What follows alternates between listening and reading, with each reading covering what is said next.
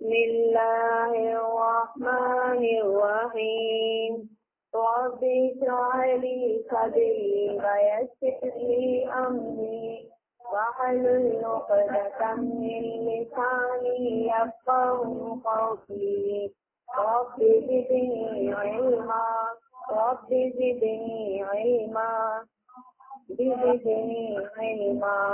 اللهم فقهنا في الدين اللهم فقهنا في الدين اللهم فقهنا في الدين اللهم إني أسألك علما نافعا قبلا ورزقا طيبا اللهم انفعنا بما علمتنا وعلمنا ما ينفعنا وزدنا علما اللهم إني أعوذ بك من علم لا ينفع ومن قلب لا يخشع نفس لا تشبع ومن دعوة لا يستجاب لها اللهم أرنا الحق حقا وارزقنا اتباعه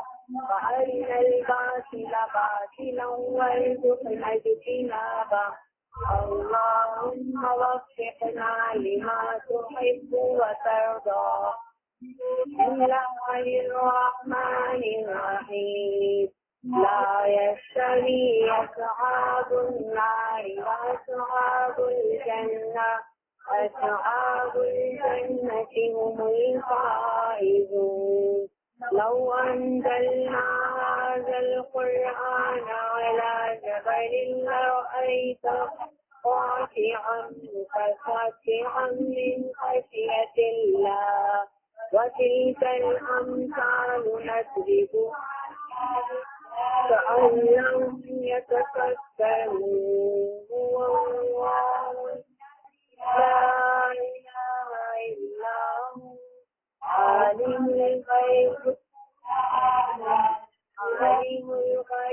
والشهادة هو الرحمن الرحيم هو الله الذي لا إله إلا هو الملك القدوس السلام المؤمن المهيمن العزيز المتكبر سبحان الله عما يشركون هو الله الخالق البارئ له الأسماء الحسنى يسبح له السماوات والأرض وهو العزيز الحكيم اللهم إنا نحن نصلي على سيدنا ومولانا محمد المعلى شان ماحي البطلان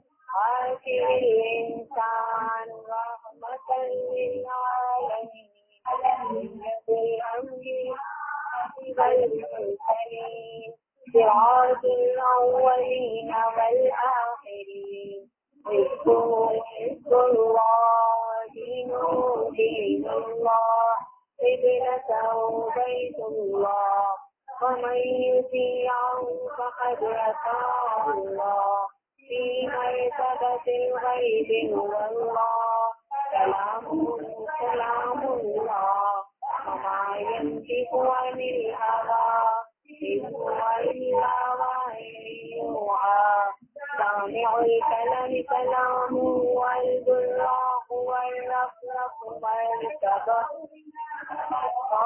البراء سترى مقام الهادية مقام وكافة للناس والكتابه بيان للناس ورسول إلى الناس جميعا أصحابه المثيل الأنبياء الأرض كلها له مسلى جعل الله له مال الغنيمة حلا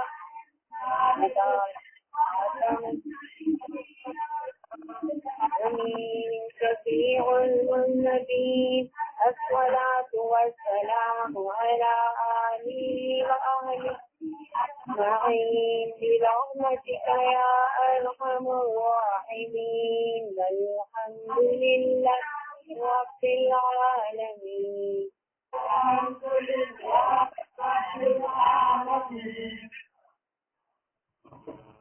چلیے شروع کرتے ہیں. اصولاً سورہ اعراف کی آخری آیت سے سٹارٹ لیتے ہیں. سورہ انفال جو ہمارا نواں پارہ چل رہا ہے اس وقت, اس پر چلتے ہیں. کیا فرمایا جا رہا ہے پیچھے؟ سورہ انفال کی آخری آیت سے شروع کر رہے ہیں, آخری 2 آیات سے شروع کرتے ہوئے سورہ انفال کی طرف آتے ہیں. سورہ اعراف کی آیات سے سورہ انفال کی طرف.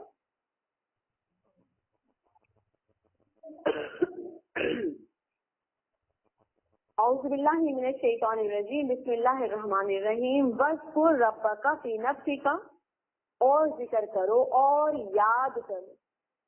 یا آپ اس الفاظ میں سنا کہہ سکتے ہیں اور یاد کرتے رہو. ذکر آپ کو پتا ہے کہ یاد رکھنے کو بھی کہا جاتا ہے, یاد دہانی کو بھی کہا جاتا ہے. کہ کسی کو ریوائز کروایا جائے, ریکال کروایا جائے. اپنے رب کو اپنے اندر تضرعاً عاجزی کے ساتھ, وخیفتاً اور خوف کے ساتھ. 2 ذرائع یا 2 طریقے کہ اللہ کو یاد کرو. تضرع یعنی بڑے ہی عاجزی کے ساتھ رو کر اللہ تعالیٰ کو سے دعا کی جائے, بڑے ہی تضرع کے ساتھ, انکساری کے ساتھ, اور چپکے چپکے سے دعا کی جائے. وَدُونَ الْجَهْرِ مِنَ الْقَوْلِ بِالْغُدُوِّ وَالْآصَالِ وَلَا تَكُن مِّنَ الْغَافِلِينَ. وَدُونَ الْجَهْرِ مِنَ الْقَوْلِ, زور کی آواز کے مقابلے میں کم آواز کے ساتھ. زور کی جگہ کم ہلکے آواز میں دعا کرنا, زور سے نہیں, ہلکے سے دعا کرنا. اس کے بارے میں آپ کو بتایا گیا تھا. لوگوں نے حضور صلی اللہ علیہ وسلم سے پوچھا تھا, یا رسول اللہ صلی اللہ علیہ وسلم ہمارا ہم سے قریب ہے یا دور ہے؟ اور اگر قریب ہے تو ہم سرگوشی کے طور پر مخاطب کریں گے, ہمارا ہم سے قریب نظر تو نہیں آتا اللہ تعالیٰ. تو اگر وہ قریب ہے تو ہم اسے سرگوشی کے کے بول کر مخاطب کریں گے. اگر دور ہے تو زور زور سے پکار کے اللہ تعالیٰ کو ندا دیں گے, دعا کریں گے. اللہ تعالیٰ نے یہ آیت اتاری کہ وَإِذَا سَأَلَكَ عِبَادِي عَنِّي فَإِنِّي قَرِيبٌ. سورہ بقرہ کی آیت ہے یہ کہ وَإِذَا سَأَلَكَ, اگر سوال کریں, اور جو سوال کریں میرے بندے خود سے, اے نبی صلی اللہ علیہ وسلم آپ کو سوال کریں تو فرما دیجیے فَإِنِّي قَرِيبٌ, میرے سے بہت قریب ہوں. مجیب دعوت الداعی اذا دعان, دعا کرنے والوں کی دعاؤں کے پکار کو سنتا ہوں, جواب دیتا ہوں. جواب دیتا ہوں یعنی ہم جو دعا اللہ سے کرتے ہیں نا, چاہے ہم بالکل اکیلے میں, خاموشی میں, دل سے دعا کر رہے ہیں, لیکن اللہ تعالیٰ ہمارے دل کی آواز کو سن رہا ہو. انسان پہ تضرع کب ہے؟ عام طور پر انسان پہ تضرع انسان کی بیماری میں, انسان کی پریشانی میں, یعنی کہ تکلیف میں ہوتا ہے. کہ ہم جب تکلیف میں ہوتے تھے, دکھ میں ہوتے, تو پریشانی میں ہوتے, تب ہمیں اللہ تعالیٰ سے بڑا ہوتا ہے. اللہ تعالیٰ سے بڑے دکھ سے رو کر تکلیف میں اللہ تعالیٰ کو ہم بلا رہے ہوتے ہیں, اللہ تعالیٰ ہماری مدد فرما دے, اللہ تعالیٰ ہم سے پریشانی کو, یہ تکلیف کو, یہ جو بھی چیزیں اس کو ہم سے دور فرما دے. کہتے ہیں حضرت ابو بکر رضی اللہ تعالیٰ عنہ فرما رہے ہیں کہ لوگ کسی سفر میں تھے, آپ صلی اللہ علیہ وسلم بھی ساتھ تھے, غزوے کے سفر میں تھے, غزوات میں جایا کرتے تھے آپ صلی اللہ علیہ وسلم. تو زور زور سے اللہ سے دعا کرنے لگے, کھلا میدان پر زور زور سے اللہ سے پکار کے دعا کرنے لگے. تو نبی کریم صلی اللہ علیہ وسلم نے فرمایا, اے لوگوں اپنی جان پر رحم کرو, تم کسی بہرے یا غائب کو نہیں پکار رہے, بلکہ جس کو پکار رہے ہو وہ سننے والا اور قریب ہے, تمہاری گردن سے بھی قریب. گردن سے مراد کیا ہے؟ شہرت, کسی یہ حصہ شہرت کا ہوتا ہے, تو شہرت سے بھی قریب ہے. یعنی تمہیں پکارنے کے لیے بہت زیادہ لوگ سے بولنے کہ اللہ تعالیٰ آسمانوں میں, تو پتہ نہیں اس تک آواز جائے نہ جائے, تو زور زور سے پکارا جائے, نہیں, بلکہ تم دل میں خیال بھی کرو گے کسی دعا کو، سوچو گے بھی، اللہ تعالیٰ اس دعا کو سن رہا ہوگا. پھر اسی طرح سے حدیث میں آتا ہے کہ جیسے آیت کو کنٹینیو کرتے ہوئے پھر حدیث سے جاتے ہیں وَدُونَ الْجَهْرِ مِنَ الْقَوْلِ بِالْغُدُوِّ وَالصُّبَحِ شام. یہ صبح شام کے اذکار کیا ہیں جو آپ کو دیے گئے؟ صبح کے وقت کچھ اذکار دیے، یہ مصنون اذکار ہے. مصنون اذکار کیا ہوتے ہیں؟ جو حضور صلی اللہ علیہ وسلم خود بھی صبح پڑھتے تھے اور خود بھی شام میں پڑھتے تھے. جو ذکر، جو دعا آپ صلی اللہ علیہ وسلم سے ثابت ہے، وہ ذکر، وہ دعا جو ہے مصنون دعا یا مصنون ذکر کہلاتی ہے. تو بالغدو والآصال، یہاں پہ جو لفظ استعمال کیا گیا ہے غدو بھی صبح اور آصال شام کے وقت، یعنی شام اور صبح ان دونوں اوقات میں اللہ کو یاد کرنا اور اللہ تعالیٰ کا ذکر کرنا اور کچھ مخصوص اذکار جو صلی اللہ علیہ وسلم نے بتائے ہیں ان کو کرتے رہنا انسان کے دل سے غفلت کو ختم کرتا ہے. وَلَا تَكُن مِنَ الْغَافِلِينَ، اور غافلین میں سے نہ ہو جانا کہ صبح کا ذکر کرے بندہ اور شام میں کچھ اذکار کرتا رہے. انسان کے اندر بیداری قلب یعنی دل کی بیداری پیدا ہوتی ہے. دل کی بیداری کیا چیز ہے؟ کہ ہر آنے والی مصیبت، غلط ارادے یا کوئی ایسی سوچ جو انسان آپ محسوس کر رہے ہیں. ایک ہوتا ہے انسان ابھی روٹین میں ایسا مصروف ہے کہ اسے کچھ سوچنے کا ٹائم ہی نہیں ہے. ایک ہوتا ہے کہ وقت سے آنے سے پہلے انسان اس کے تدارک کر لے. ایک غفلت والی زندگی جس کے اندر بندے کو پتہ مصیبت آ گئی ہے، مصیبت آ گئی پریشانی کی طرف، اور دوسرے کیفیت کیا ہے اس میں غفلت، اللہ تعالیٰ کی طرف سے ہدایت ہے یہ کرو فوراً، یہ کام کرو، اللہ کی طرف سے ہدایت ہے کہ یہ کرو گے تو فوراً آنے والی مصیبت سے بچ جاؤ. انسان ہوتا دیکھو اللہ کا شکر ہے میں نے یہ دعا پڑھی تھی، اللہ کا شکر ہے میں نے یہ ذکر کیا تھا، یہ کام کیا تھا، اس وجہ سے اللہ نے مجھے ایک بڑی مصیبت سے بچا لیا.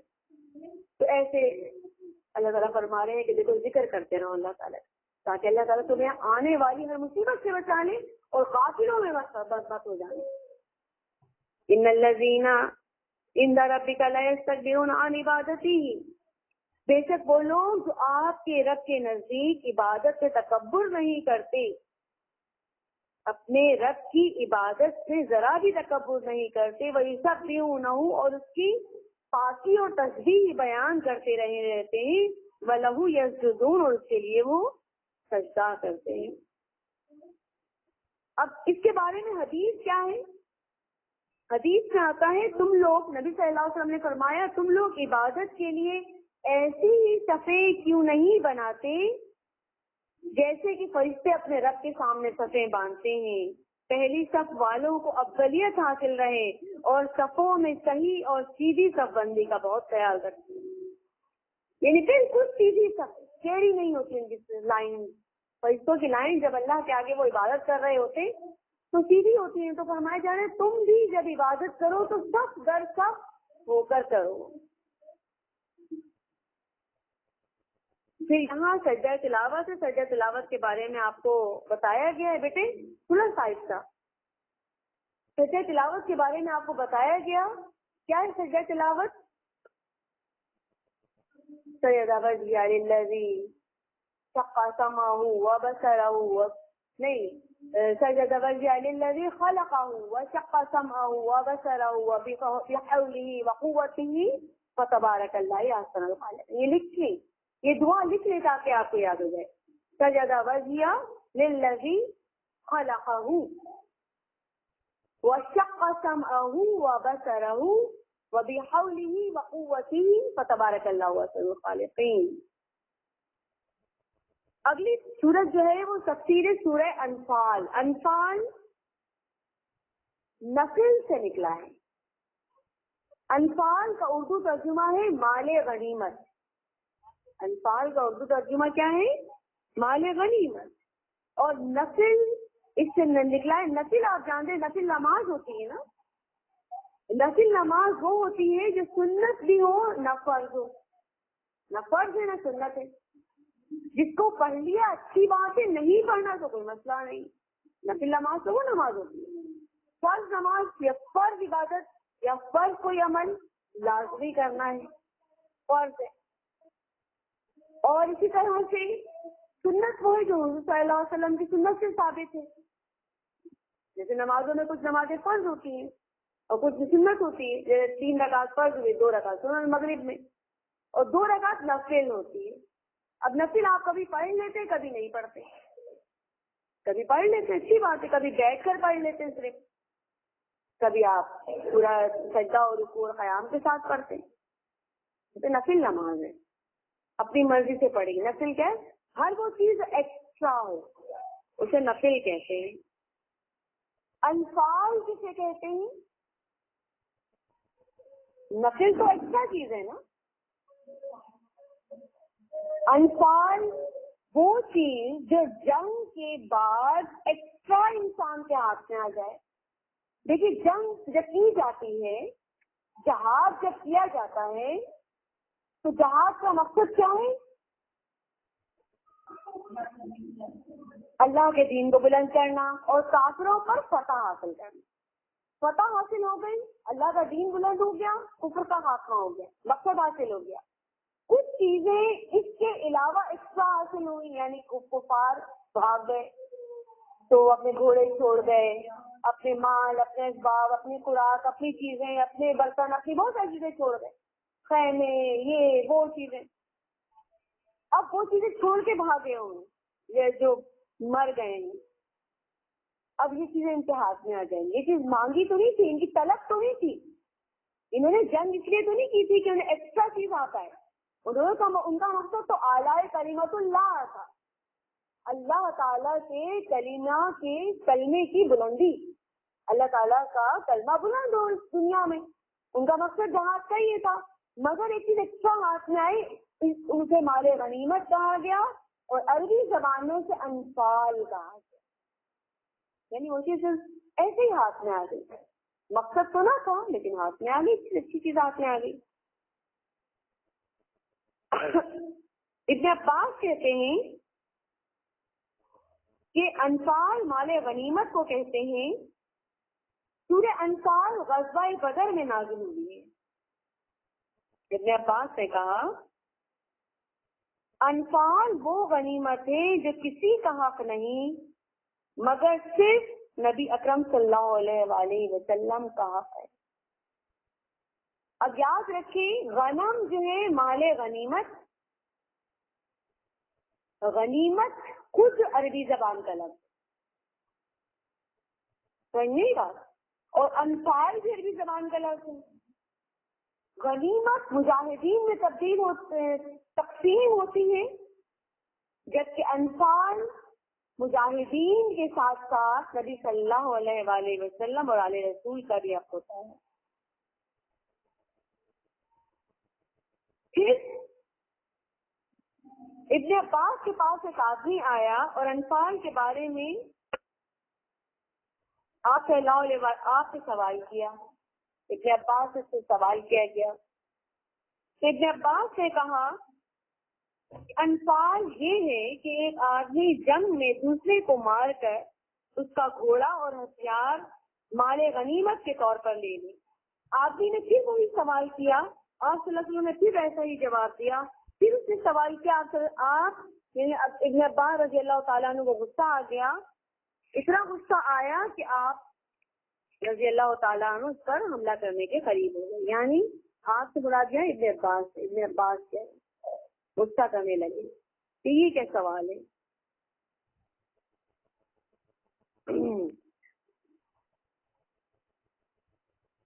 اچھا, لوگوں نے نبی اکرم صلی اللہ علیہ وآلہ وسلم سے اس 5ویں حصے کے بارے میں پوچھا تھا. آگے ایک اور ذکر آ رہا ہے. غنیمت, مال غنیمت کو تو آپ پیچھے پڑھ چکے ہیں اور آگے بھی پڑھیں گے, آگے بھی یہ موضوع آئے گا, ڈسکس کیا جائے گا.